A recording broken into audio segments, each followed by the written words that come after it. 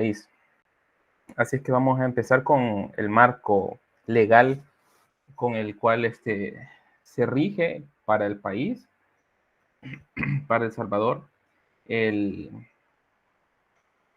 el, el marco legal para poder preservar nuestro patrimonio paleontológico. Parte con la propia Constitución de la República de El Salvador, la vigente Constitución de la República y principalmente los primeros artículos científicos que hablan acerca de el derecho de todos los salvadoreños del goce y el disfrute de las cualidades que hay dentro del país, tanto tangibles como intangibles, etcétera.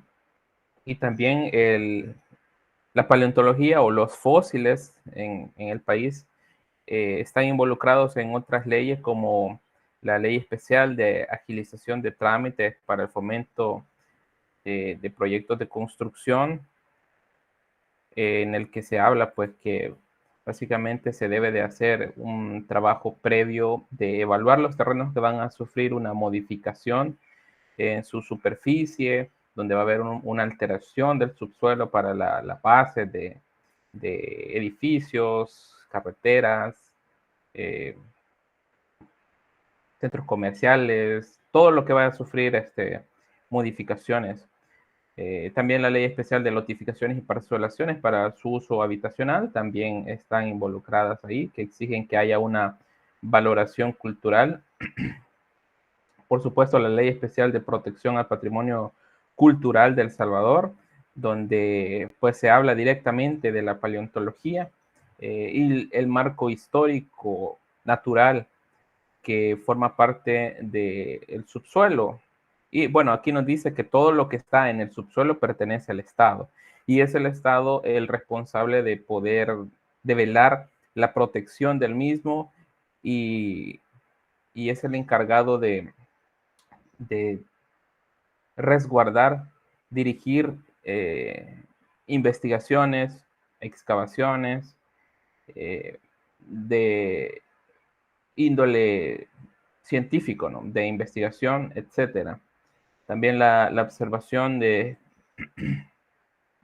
especificaciones técnicas para sistemas de tratados de trámites legales también en cuanto a lo referente a la modificación del terreno y por supuesto el reglamento de la Ley Especial de Protección al Patrimonio Cultural, donde se muestran pues las sanciones que hay al haber infracciones a la violación de cualquiera de estas leyes, principalmente pues la Ley Especial de Protección al Patrimonio Cultural.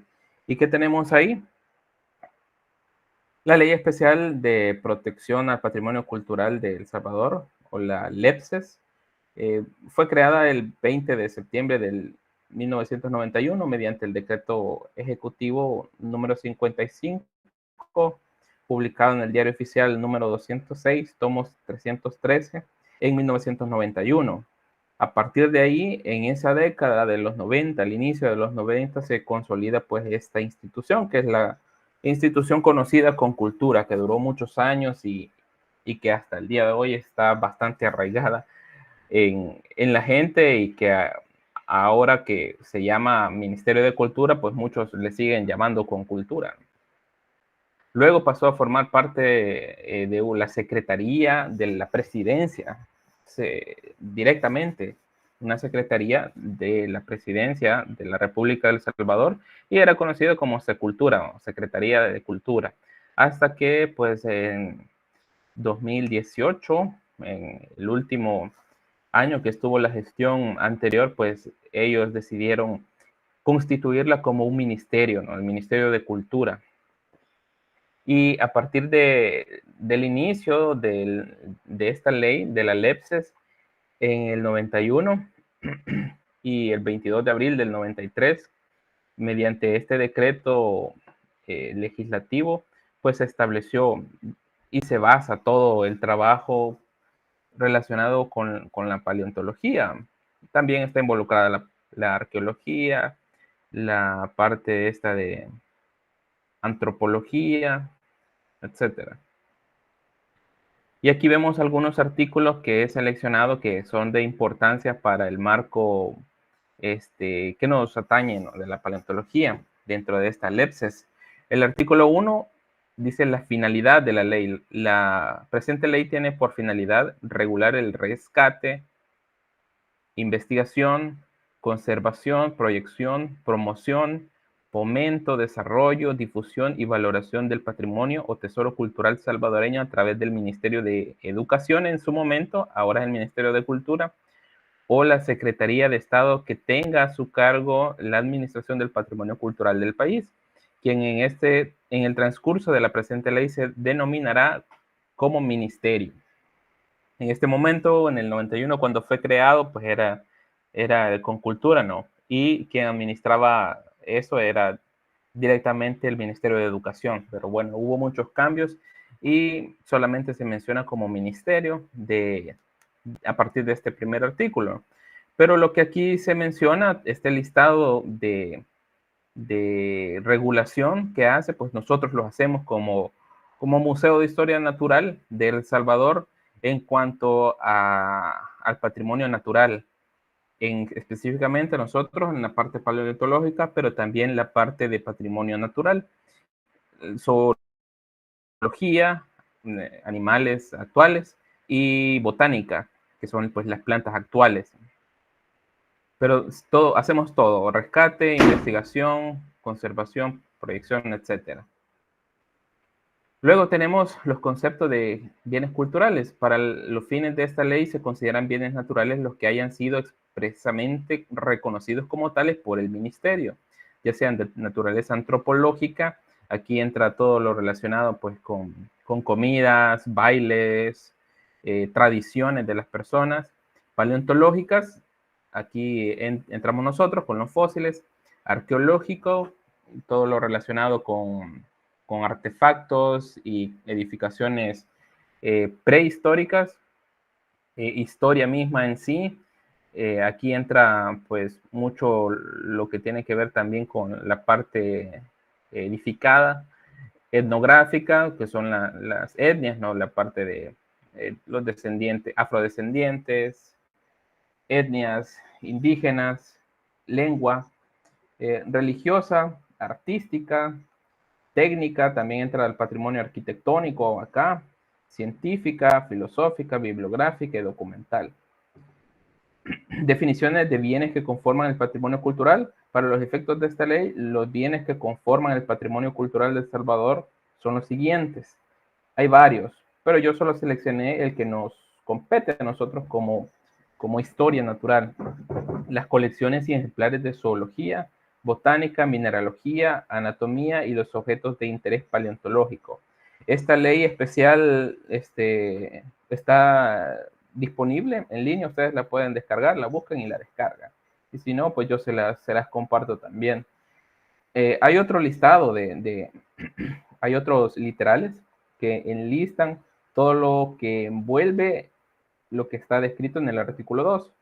Pero bueno, nos quedamos con la parte de lo que nos compete a nosotros. Las colecciones que hemos visto en el museo, en el depósito, donde hemos tenido las prácticas, todo eso tiene una declaratoria de bien patrimonial. Todos están declarados y es una lista que sigue creciendo porque se siguen descubriendo más cosas, se siguen agregando más ejemplares a las colecciones. Es una colección viva, no está estática. Así es que es por eso que nosotros la cuidamos bastante, tanto así de que la última vez que estuvimos ahí en el museo, pues lamentablemente no se pudo tocar las piezas en sí que forman parte de la colección porque el responsable de que si algo sale mal, pues me cae a mí. Así es que, y es para bien y goce de todos los salvadoreños. Y eso está pues, en los primeros artículos de la Constitución de la República. Así que no cuido algo que es del museo, sino que cuido bien patrimonial de todos los salvadoreños. Aquí hay otros artículos, dice, corresponde al ministerio identificar, normar, conservar, cautelar, investigar y difundir el patrimonio cultural salvadoreño. Esa es una responsabilidad del ministerio y por parte nuestra, la parte de historia natural. El artículo 8, el inciso segundo, los planes de desarrollo urbanos, rurales, los de obras públicas en general y los de construcción o restauraciones privadas que de un modo u otro se relacionan con un bien cultural inmueble serán sometidos por la entidad responsable de la obra a la autorización previa del ministerio a través de sus respectivas dependencias. O sea, se necesita antes de poder hacer una alteración en el suelo, hacer una valoración cultural. Eso es lo que nos está diciendo. Este artículo número 8 fue sometido por la Asamblea Legislativa en el año 2017, si no estoy mal, para un cambio, que querían quitar algunas palabritas a modo de que pues ya no fuera necesario hacer una inspección de valoración cultural para darle paso libre a la destrucción de la superficie de los terrenos, ¿no? Y sin importar. Afortunadamente, para ese momento, pues sí, tocó manifestarnos y poner el grito en el cielo a decir, mire, que no toquen eso. Y en ese momento, pues los diputados pues escucharon a los reclamos, ¿no? Por parte de las instituciones que nos encargamos de cuidar el patrimonio salvadoreño. En relación a las investigaciones, ¿qué nos dicen? Para realizar investigaciones y excavaciones de interés arqueológico o histórico, no aparece la palabra paleontológico, pero sí nos podemos abocar a esta palabra, histórico. En terrenos públicos o privados es necesario contar previamente con la autorización correspondiente mediante acuerdo emitido por la dependencia respectiva de conformidad al reglamento pertinente. O sea, es necesario tener una autorización antes de realizar una investigación, aunque no sea de mayor alteración en los terrenos. Es el caso mío de que estoy haciendo una investigación allá en un sitio declarado, sitio paleontológico, que es en sitio paleontológico Las Aradas, en El Paraíso. De la misma manera, si ustedes quieren hacer una investigación en el cual se vean envuelto una alteración, aunque sea pequeña, de un sitio con reconocimiento paleontológico, como por ejemplo la Barranca del Sisimico, ustedes tienen que ser autorizados por la entidad correspondiente, en este caso, pues nosotros. Nosotros somos los que vamos a estar pendientes como Museo de Historia Natural en cuanto a lo relacionado a una investigación que involucre a la paleontología. Estudio e investigaciones en inmuebles. Las investigaciones, estudios o intervenciones de bienes culturales podrán ser realizados directamente por el ministerio o por medio de entidades nacionales o extranjeras debidamente autorizadas por este.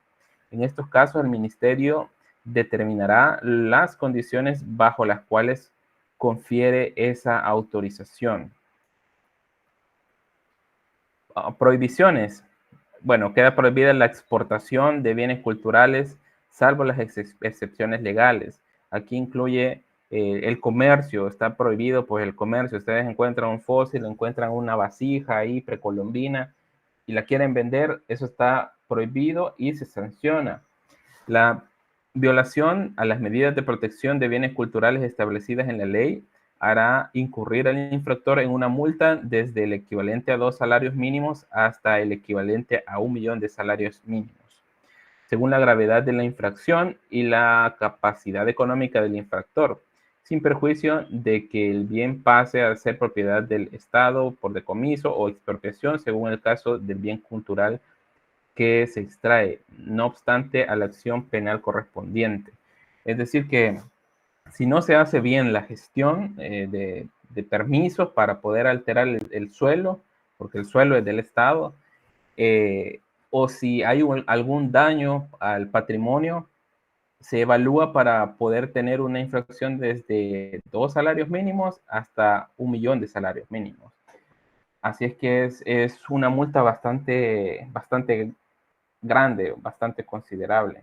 Así es que ustedes que van a estar trabajando en sitios donde va a haber algún tipo de alteración del suelo, es necesario de que previamente tengan todos los permisos, en el caso nuestro, pues del Ministerio de Cultura. Puede ser que eso lo llevan quienes están realizando todos los trámites de papeleo, no tanto los técnicos, pero los técnicos están amarrados a notificar de los hallazgos que están encontrando en su excavación, en su trabajo que están haciendo, de notificar qué es lo que se está encontrando. Se encuentra mucho material arqueológico y en algunos casos se puede encontrar material paleontológico. En todo caso, ustedes, en el hipotético caso que ustedes pueden encontrar, tienen que notificar primero pues a su empleador, a la empresa, ¿no? Que debe de dar este aviso a las autoridades pertinentes, en este caso pues arqueología o paleontología del Ministerio de Cultura. Nunca se le va a detener por completo, tal vez un poquito al inicio, ¿no? Si se ha incurrido en alguna falta, pero el proyecto va a continuar. Tampoco se va a expropiar ninguna propiedad. Así que por ese lado, pues no deben de tener pues el miedo de decir, mejor me callo, no digo nada de que aquí encontré fósiles de mastodonte porque me van a detener el proyecto, me van a expropiar el terreno. Eso no se hace. Solamente lo que se hace es un rescate de los materiales que están involucrados ahí y un estudio para evaluar pues cómo han llegado a preservarse ahí en ese yacimiento de fósiles. En cuanto al reglamento, el concepto de bienes cultural dice, para efecto de lo dispuesto en el artículo 3 de la ley especial, se considera como bienes cultural los pertenecientes a épocas precolombinas, colonial, independencia y postindependencia, así como los de la época contemporánea que merezcan un reconocimiento de su valor cultural. Aquí, si ustedes se fijan, pues hace referencia al artículo 3, pero no menciona algo más allá. Lo más antiguo que menciona es precolombino, pero el artículo 3 lo detalla más y lo vimos al inicio, y abarca la parte histórica en cuanto a relaciones de bienes culturales. El artículo 10 dice, para los bienes inmuebles que conforman el patrimonio cultural de El Salvador se consideran las siguientes categorías.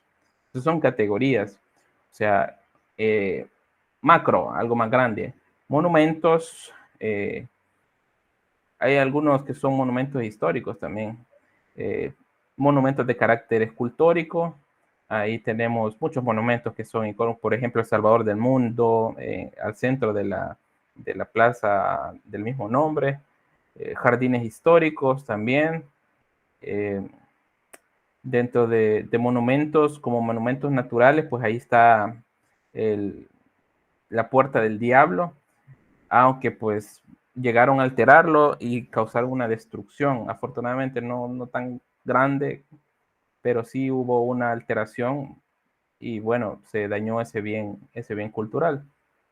Plazas como por ejemplo la plaza que es bastante icónica para San Salvador, la Plaza Libertad, pudiera entrar ahí. Centros históricos, como el centro histórico de cada una de las municipalidades, ahora distritos, son bienes patrimoniales. Dentro de estos centros históricos, pues están las casas más antiguas dentro de cada centro. Por ejemplo, Suchitoto. Suchitoto es un lugar bastante cuidado, ¿no? Por las casas que tienen su antigüedad, entran dentro de la parte arquitectónica. Sitios históricos, y ahí se profundiza lugares y parajes naturales y paleontológicos. Aquí entramos nosotros, zonas arqueológicas, que ya están confirmadas y las nuevas que están saliendo, como por ejemplo la nueva que apareció, que es un hito en la arqueología salvadoreña. Lástima que no se da el apoyo para hacer investigación.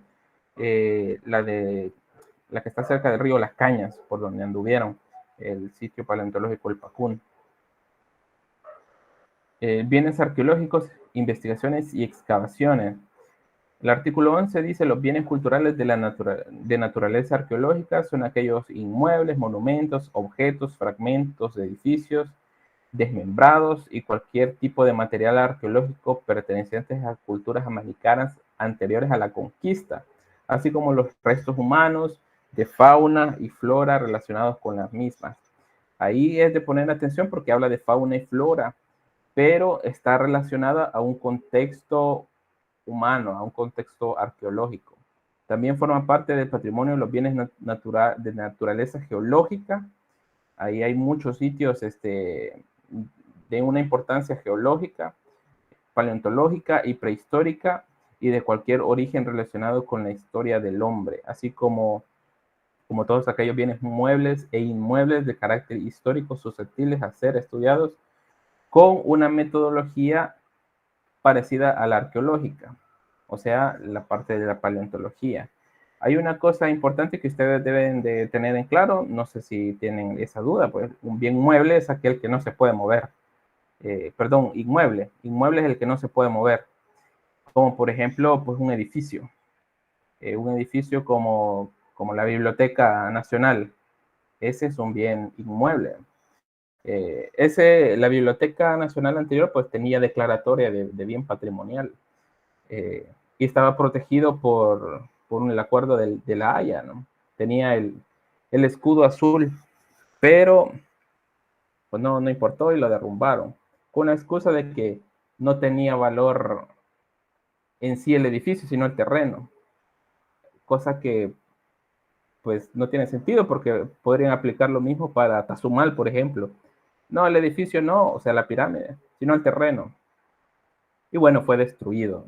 Y ahora pues se está destruyendo mucho de edificios que tienen un valor muy importante porque nos muestran la evolución arquitectónica de nuestro país. Pero, pues ni modo. El artículo 13 dice, para realizar investigaciones y excavaciones de interés arqueológico e histórico en terrenos públicos y privados, incluso prospecciones arqueológicas, es decir, exploraciones superficiales o bajo el agua, será necesario contar en forma previa con la autorización correspondiente a la participación y supervisión del personal del ministerio cuando así lo estime conveniente. Si ven, algunos artículos pueden resultar ser redundantes, pero esa redundancia enfatiza a que es algo importante de hacer. Y bueno, hay una serie de procesos que han habido a lo largo de la historia a partir de estas leyes, ¿no? Principalmente de los años 2000 para acá, en cuanto a los trámites para hacer las prospecciones de interés arqueológico y paleontológica.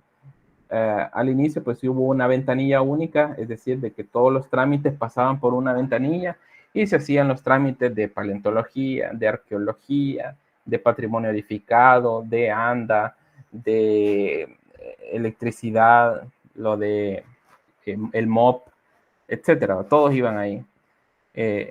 Luego proyectos tripartitos que eran básicamente solamente paleontología, arqueología y patrimonio edificado. Luego, con la Ley Especial de Lotificaciones y Parcelaciones en el 2012, se profundizó pues que se hicieran siempre, no solamente en proyectos grandes de gran alteración en el subsuelo, sino que también para el uso habitacional, ¿no? Y la Ley Especial de Agilización de Trámites para el Fomento de Proyectos de Construcción, LEAT, en el 2013, que rigió hasta hace poco tiempo, donde se hacían pues unas solicitudes para gestionar las prospecciones, ¿no? Y actualmente pues se ha vuelto a una ventanilla única. Aquí hay un ejemplo de los procedimientos que, bueno, esta era la solicitud para la inspección técnica para valoración cultural de proyectos residenciales y no residenciales, y luego cambió a esta. Lo que se hace es pues una recepción de la solicitud que se hace a la Dirección de Arqueología, que es básicamente en papel, aunque ahora ya se está haciendo en línea. Aquí está en qué artículos se basan. Luego se hace una inspección técnica, o sea, se visita el lugar y se hace un recorrido pedestre. Hay un informe técnico, que es el que hacemos con lo que hemos visto, fotografías del lugar, Luego eso se manda a las instancias superiores, principalmente al departamento jurídico, que ellos hacen una resolución técnica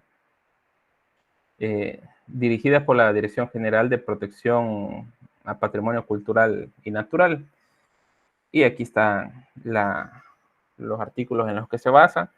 Si hay riesgo de daño al patrimonio o si el terreno que se hizo donde se hace la prospección se encontró evidencia o sospecha de que pueda tener un potencial cultural, se pasa a una segunda fase, a una fase 2, que es una fase de excavación. Aquí tenemos un pequeño mapa de los procesos de estas valoraciones culturales para nuestro país. Tenemos la recepción de documentos y la admisión de ellos, que pues, se lleva más o menos en estos días, en esta cantidad de días. Luego el técnico hace la inspección. Luego hay una elaboración y revisión del informe de inspección. En el caso nuestro, pues se hace, la directora del museo pues hace la revisión del documento.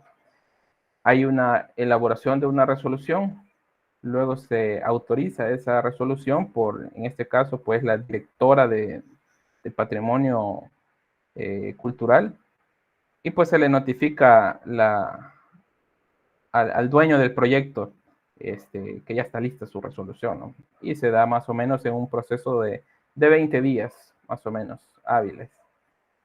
Eso es para hacer la prospección, ¿no? Ver el terreno y decir, no, aquí no hay potencial paleontológico, o decir sí hay potencial. En el caso de que sí haya potencial, se hace un plan de investigación paleontológica que tiene esta estructura, ¿no? Los pasos, ¿no? A seguir. Se recibe del usuario la solicitud de que llegue el usuario, mire, en nuestra notificación, la notificación bendición de Dios, por ejemplo. Ahí ustedes dicen de que han encontrado evidencias de fósiles. Entonces se recibe, se revisa por nosotros, ya lo sabemos porque ya hemos hecho la investigación, la prospección. Se le da una respuesta y entonces se crea un plan de investigación o un plan de excavación, ¿no? en esta cantidad de tiempo. Luego hay una revisión del plan de investigación por parte de la dirección del museo.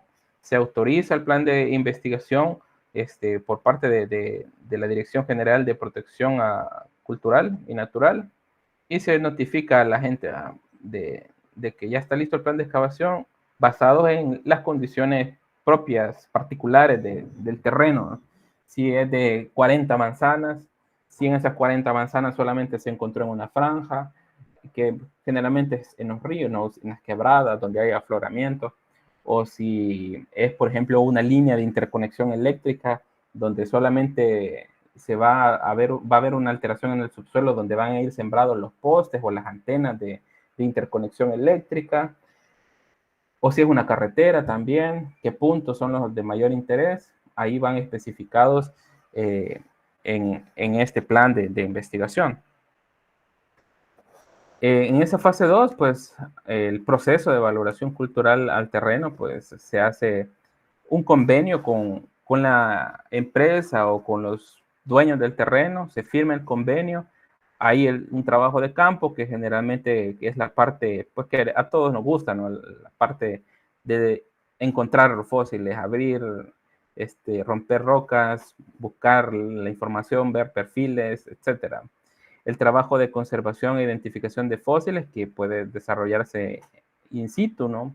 Y después ya en el taller, que lo vimos la vez pasada, que estuvimos en el taller de conservación de fósiles. Se hace un informe, la revisión y aprobación del informe, una elaboración de una resolución y la autorización de la resolución. Y finalmente se notifica al dueño del proyecto que el terreno ya queda completamente liberado para que pueda continuar con su proyecto, con lo que quiera hacer, sea vender terrenos, lote, ¿no? hacer la carretera, lo que sea. De todo se mira ahí. Eólicas, paneles solares, viviendas, que es lo que más abunda, calles. Bueno, por decirle algo, mañana voy a una inspección de un tramo para el tren del Pacífico. Así que eso es la prospección, ¿no? Pero ustedes ven que la naturaleza es bien variada de los proyectos. Puede ser un centro comercial, un edificio, todo se tiene que evaluar. Algunos se lo saltan, ¿verdad? No hacen el proceso porque, o porque no les importa, porque saben de que son empresas grandes y que si les encuentran algo ahí, ellos dicen es mejor pedir perdón que pedir permiso, etcétera. Pero básicamente ese es el proceso que nosotros llevamos a cabo para poder desarrollar las excavaciones, y este es básicamente un plan de excavación. Es como lo que vimos la semana pasada.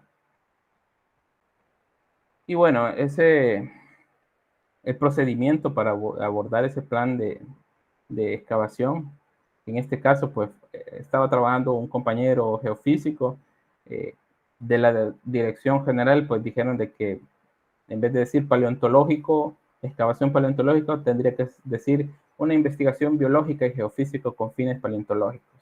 Pero bueno, eso muestra la ignorancia de quienes dirigen, ¿no? Porque dice geofísico y no abordamos nada geofísico. Pero bueno, hay una fase 2, la elaboración de los TDR, que son la forma con los que se trabajan, ¿no? Los términos de referencia. Se presenta plan de trabajo, se prueba, ejecución, informe. El informe técnico, un expediente entregado al departamento jurídico, otorgamiento de resoluciones, y queda completamente liberado el terreno. También atendemos denuncias ciudadanas que muchas veces lo reportan en las redes sociales. Hey, aquí encontramos estos fósiles, siempre dicen fósiles más antiguos de lo que deben de ser, pero en muchos casos son fósiles. Se puede hacer una recepción de una solicitud o nos llaman directamente, a veces me llaman a mí o a la dirección o la gente de la dirección del museo o de la dirección de patrimonio, pues mira algo publicado y ya lo dicen, nos mandan, atendemos a la inspección. Si se está trabajando en un proyecto, que era un proyecto de una nave industrial, pues estaban alterando el subsuelo y se estaba perdiendo fósiles. Ellos ya habían sido notificados que tenían que ser una fase 2, pero no les importó y no se abocaron nosotros. Nos dimos cuenta de que estaban dañando y se les hizo un paro de obra. Que se notifica a las alcaldías, a la PNC, a las oficinas de trámites de construcción, a la Fiscalía General de la República, etc. Esta foto es de un reporte ciudadano de unos fósiles de caracoles aquí en estos estratos, y nosotros fuimos a corroborar de que sí eran fósiles. Igual en San Miguel, en una zona cercana al sitio paleontológico La Gallina, estos son depósitos del paleolago El Jute. Bueno, este es un ejemplo del paro de obra, ¿no? que se emite para la policía, para la alcaldía. Se notifica a las autoridades de que ahí está pasando algo indebido. Y gracias a esto, pues se han descubierto varios sitios paleontológicos. Todos estos forman parte de estos proyectos que van saliendo en las inspecciones que hacemos todos los días con el otro compañero que está ahí a cargo. Si hay sitios importantes con fósiles que son verdaderamente grandes o impactantes en relación al tamaño, ¿no? Se puede llegar a un proceso de declarar como sitio paleontológico el Cerro del Dragón. Y aquí tenemos pues este ejemplo, ¿no? Que el Cerro del Dragón, pregunta de examen, es uno de los 2 sitios con declaratoria de, de, de sitio bien patrimonial de la nación, ¿no?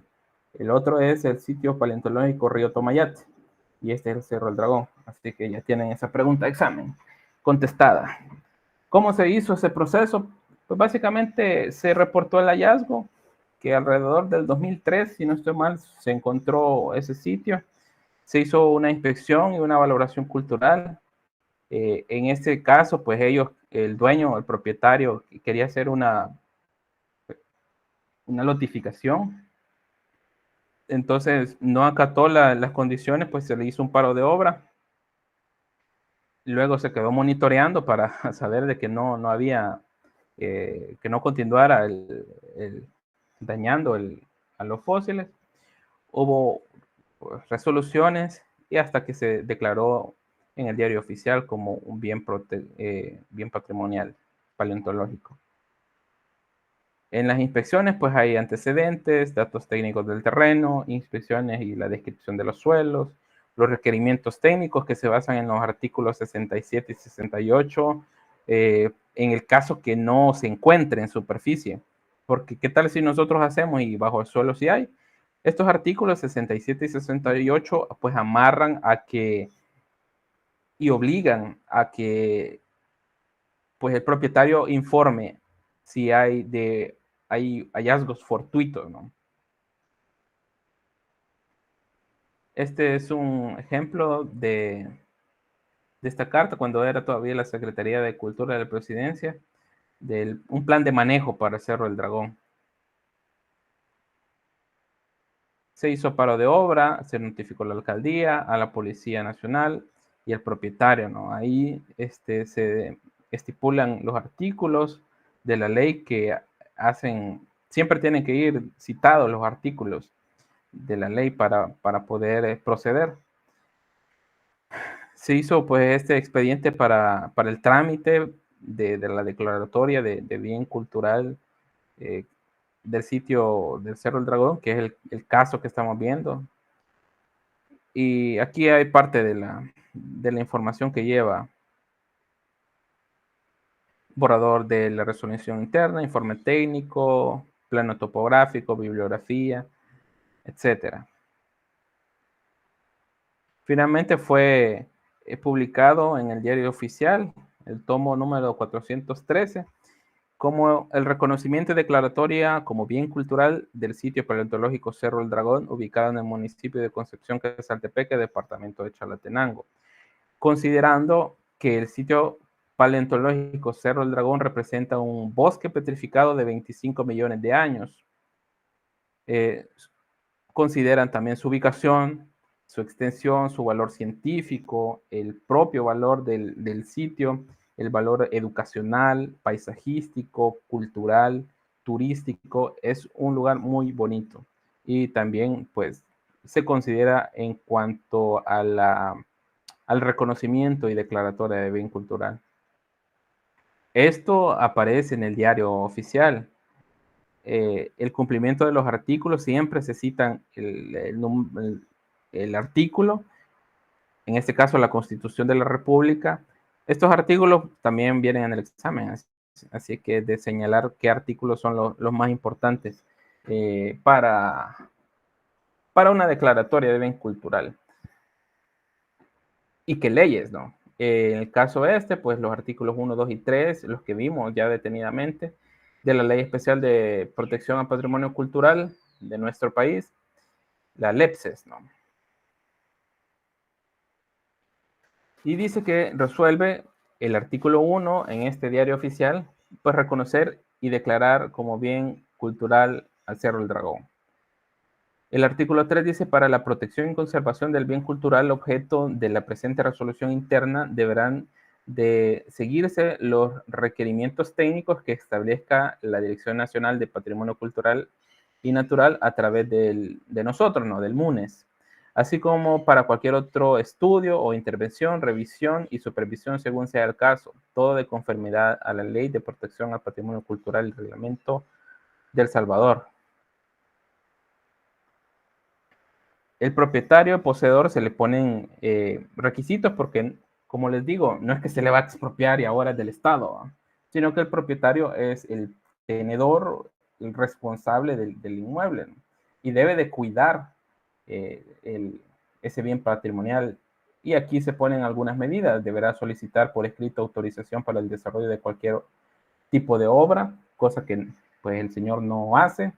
Deberá construir obras de protección a cada uno de los materiales expuestos, cosa que no se ha hecho, porque están ahí expuestos al sol, a la lluvia, no se cuida, no se hace nada. Incluso él lo altera y los mueve del sitio para que estén más cerca del camino, no los deja en su posición natural, original.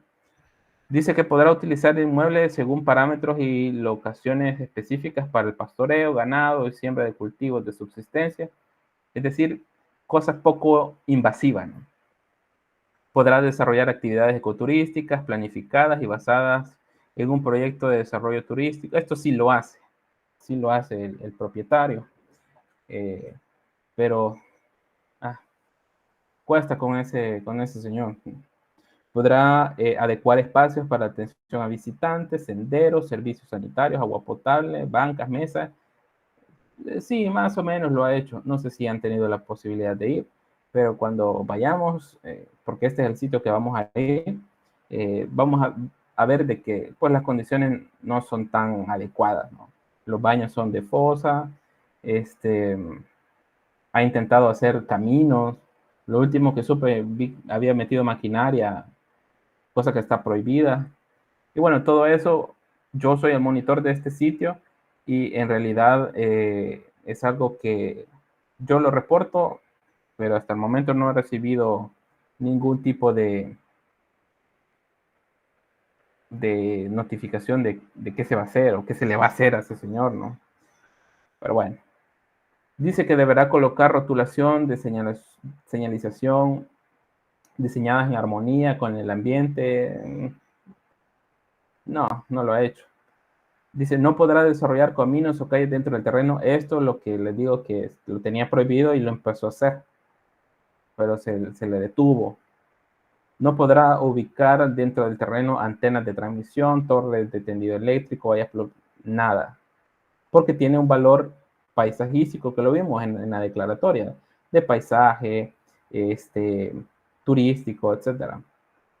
La propiedad no se podrá lotificar ni desmembrar y se podrá desarrollar investigaciones paleontológicas. El terreno está para que ustedes vayan a hacer investigaciones, para que nosotros hagamos investigaciones como institución también. Lo que pasa es que pues no nos queda mucho tiempo y somos poquitos. Aquí dice en la declaratoria del bien que el Museo de Historia Natural de El Salvador será quien velará por el cumplimiento de la declaratoria. Es lo que estamos haciendo y en mi caso pues me toca a mí monitorear.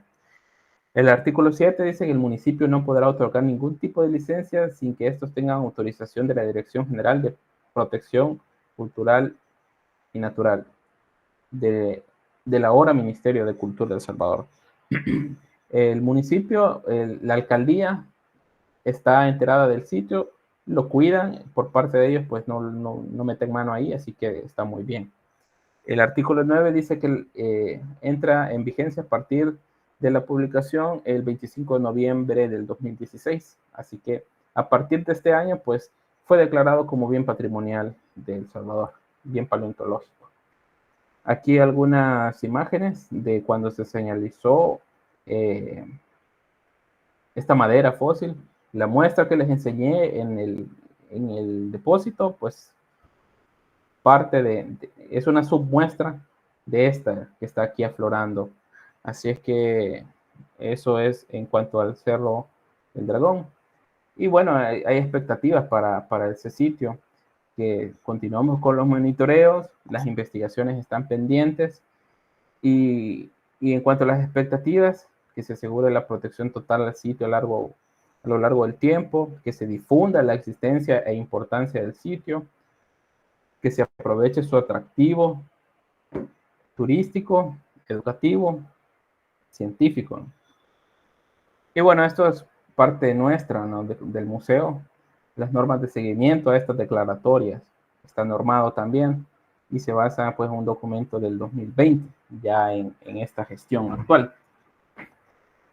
Ahora, ¿qué pasa en otros países con la gestión del patrimonio? Para ir terminando, pues tenemos algunos casos puntuales. En Latinoamérica, toda Latinoamérica prácticamente tiene el mismo sistema en cuanto a la protección del patrimonio paleontológico. Tiene muy buenas leyes, todas son bastante similares, todas pretenden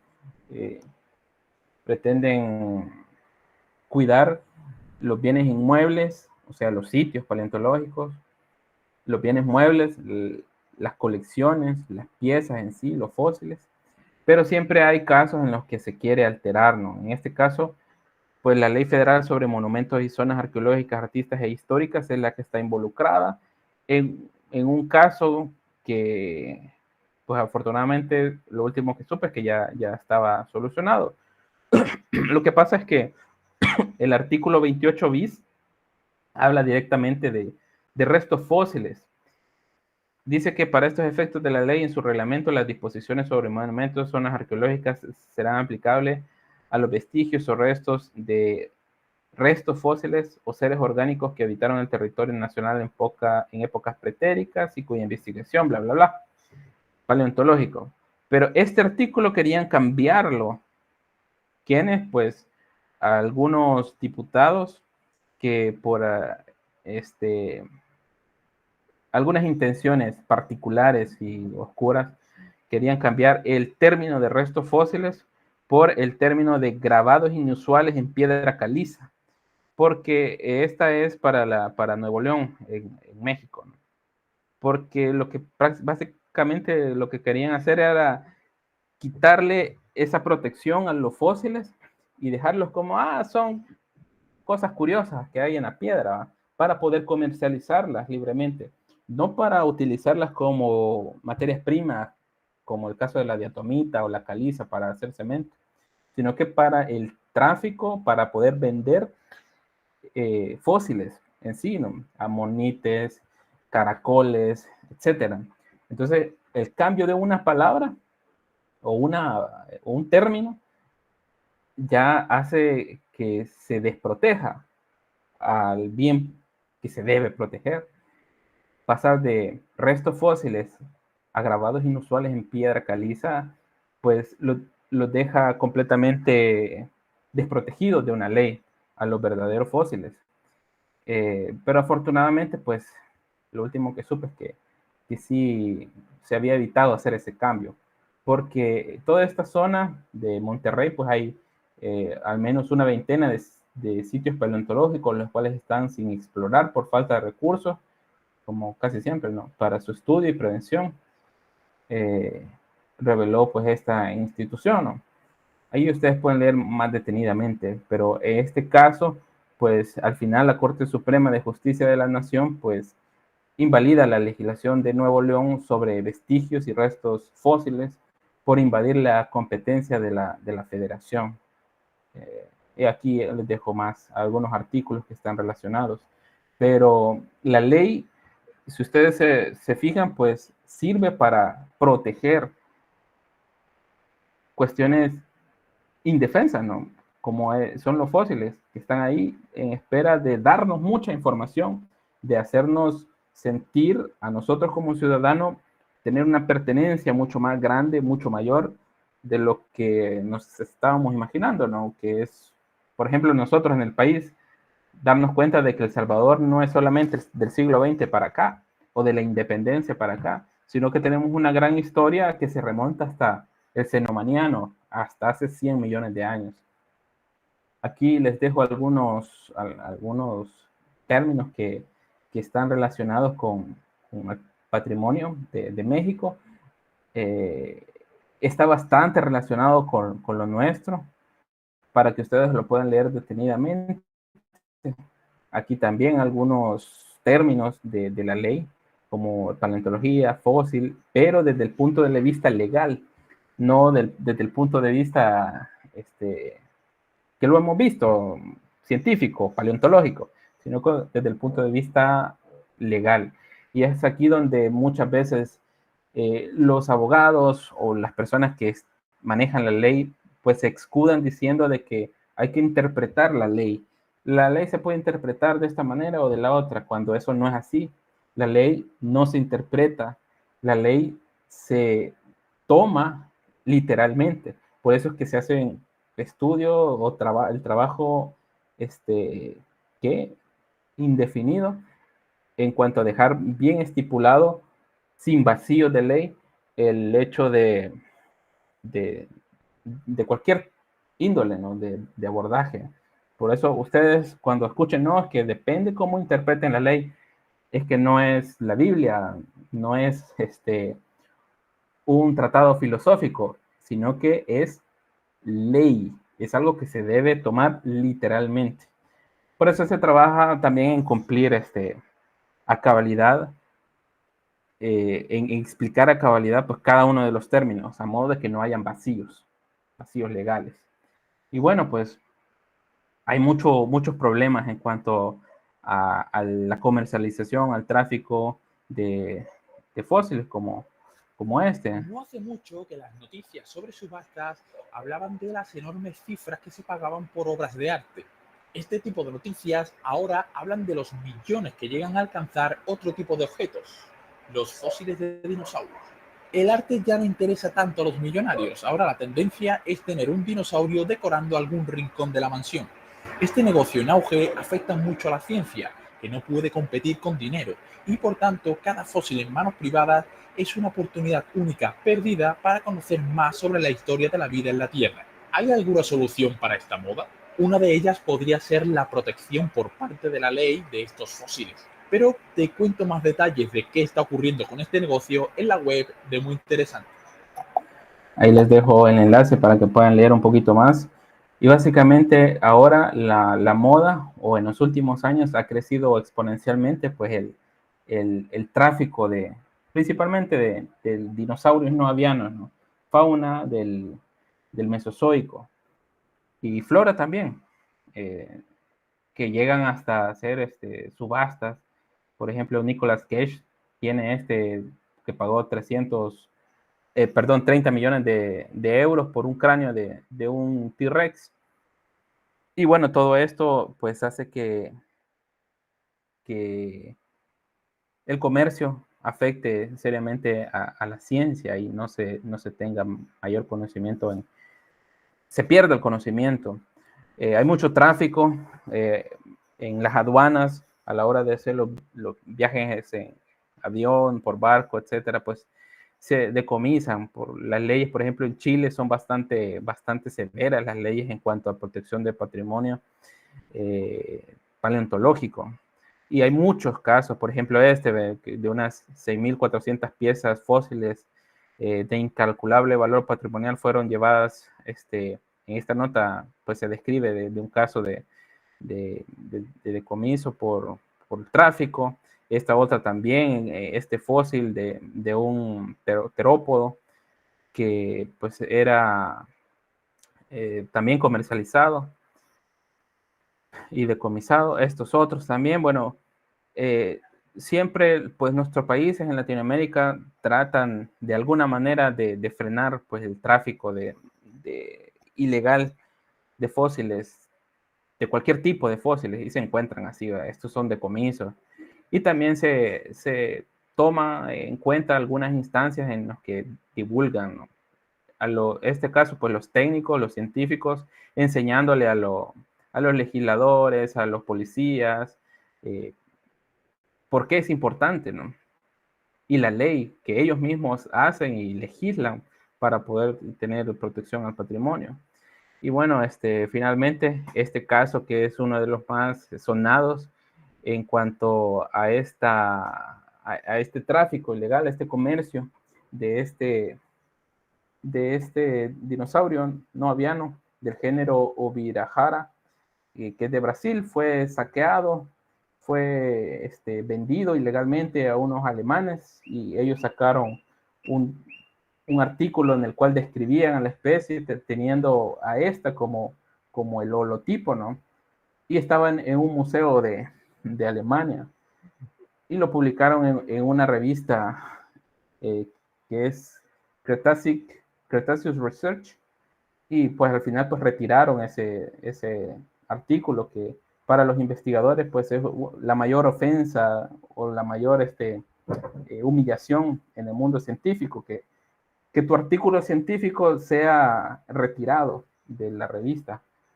Y bueno, les dejo más información acerca del caso de Ubirahara, este ser que tiene plumas en los hombros, bastante bien documentado. Aquí les dejo para que puedan leer la polémica del llamado colonialismo científico, que se da todavía y tienen de menos a nuestros países para decir, ustedes no pueden tener en sus manos una colección de fósiles, o ustedes no tienen gente capacitada para hacer investigación, y se llevan los fósiles. Es lo que pasó exactamente con Perrigo, ¿no? Y el caso de los plastotipos que les enseñé la vez pasada. Se llevan la información, o sea, se las hurtan. Y aquí les dejo esta charla, esta conferencia dura menos de una hora, del colonialismo científico en la paleontología. Está buenísimo, por favor, lo ven. Y bueno, más detalles del caso de Ubirahara. Definitivamente, pues, lo que no se conoce no se cuida, como en este caso, ¿no? Aquí está el fósil de ballena y pues por la ignorancia metieron a zonas reconocidas como yacimientos paleontológicos para que haya, en este caso, pues el Rally Dakar, que se llevó a cabo en Perú, causó muchos daños. Vamos a tener un receso. Si no tienen alguna pregunta. ¿Tienen alguna pregunta? Quería que no, ingeniero. Bueno, vamos a tener un receso de 15 minutos. Bueno,